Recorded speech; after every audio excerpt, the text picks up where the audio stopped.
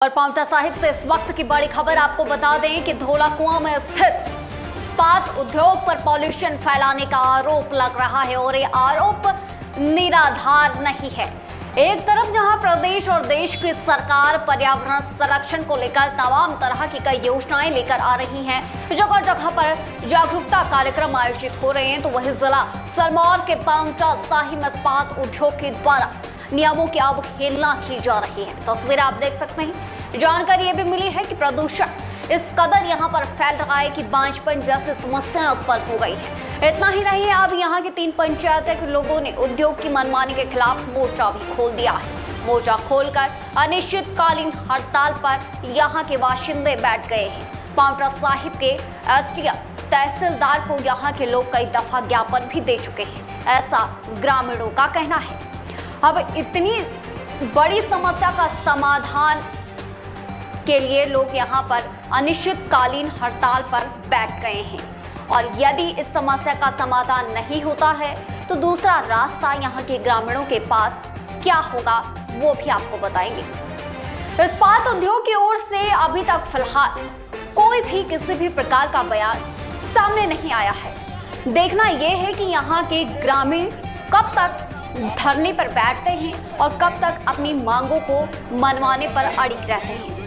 खास बात यहाँ पर यह भी है कि मांग तो जायज है और मांगों का समाधान कब तक होगा और कैसे होगा देखना ये तय है। फिलहाल इस बार आम आदमी पार्टी के धुरंधर नेता नाथूराम चौहान भी मैदान में उतरे हैं, लोगों के पक्ष में उतरे हैं, लेकिन उनका सीधा और स्पष्ट तौर पर यह कहना है कि वो लोगों पर डिपेंड करता है कि लोग अपनी मांगों को मनवाने के लिए कब तक हड़ताल पर बैठे रहते हैं, कब तक प्रदर्शन करते हैं। खास बात यहाँ पर यह भी है कि इस बार उनका ये कहना है कि अगर क्षेत्र की नस्लें और फसलें खराब होती हैं तो वह सड़कों पर उतरने से गुरेज नहीं करेंगे, यानी कि अगला कदम जो होगा वो सड़कों पर उतरना रहेगा।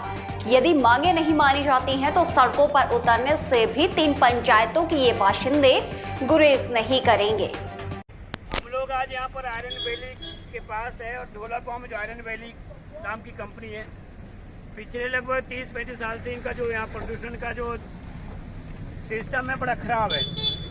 लोगों का ये भी कहना है, लोगों ने कहा कि हमारी नस्ल और फसल दोनों बर्बाद हो रही, दोनों खराब हो रही, और अगर ऐसा हो गया तो ये बहुत दुखद बात है।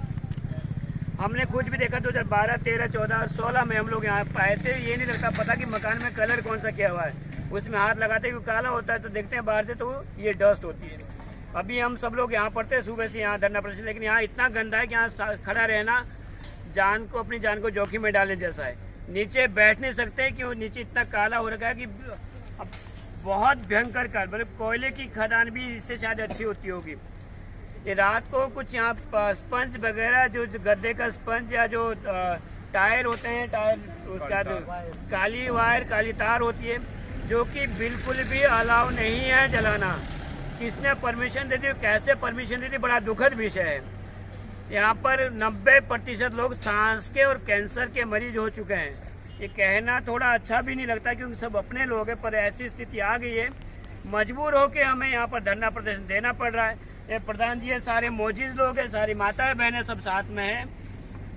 बहुत अधिक संख्या में अभी तक यहाँ पर थे, लेकिन समस्या यही कि यहाँ पर बैठने का कुछ प्रावधान है नहीं, इसलिए प्रधान जी ने कहा कि आगे अभी टेंट लगा रहे, वहाँ पर सब लोग बैठेंगे ताकि शांति से बैठ तो जाएं। जब तक प्रशासन या डीसी महोदय यहाँ पर आती है, इसके लिए चिमनी लगा रही, चिमनी किस लिए लगा रही की समझ से परे बात है। जब धुआं इनके चारों ओर से निकला, चिमनी के रखने का मतलब क्या है। और ये जो गंदी जो चीजें यहाँ पर नहीं थी, किसके लिए बना था, आयरन का जो डस्ट होता है उसे या स्क्रैप के लिए बना था, लेकिन अब तो यहाँ टायर टूर और बहुत गंदी गंदी चीजें यहाँ पर जलाई जा रही है। इस यहाँ का जो पानी वो भी प्रदूषित हो चुका है, हवा प्रदूषित हो चुकी है, लोगों का सांस लेना मुश्किल है। 50 से 60 सिगरेट पीने से जितना पॉल्यूशन, जितना धुआं आपके अंदर जाएगा, उससे भी कई गुना जहरीला धुआं इस फैक्ट्री की वजह से लोगों के सांसों के अंदर जा रहा है। बहुत बड़ा विषय है। मैं निवेदन करना चाहूँगा यहाँ लोकल लीडरशिप से भी और प्रशासन से भी, आपको ध्यान रखना चाहिए कि लोगों का, अब कह रहे हैं कि बांझ हो रहे महिलाएं और पशुओं तक भी, बच्चे अगर पैदा हो रहे हैं तो भी अपंग बच्चे पैदा हो रहे हैं। ये तो जैसे जापान वाला सिस्टम, जैसे वहाँ पर आज वो जब परमाणु बम जहाँ गिराया गया तो उस जैसी स्थिति यहाँ पर हो गई है। पत्तियां ये पशुओं को पहले खिलाते थे, वैसा आप कह रहे हैं खिलाते, लेकिन हम खिलाने लाग नहीं रही। इतनी कालिक हो गई कि बहुत भयंकर है। अब लोगों का कहना है कि जब तक समाधान नहीं होगा तब तक बहुत हो गया, 30-40 साल से झेल रहे हैं, समाधान नहीं होगा तब तक लोग धरने प्रदर्शन में बैठे रहेंगे। बहुत बहुत धन्यवाद।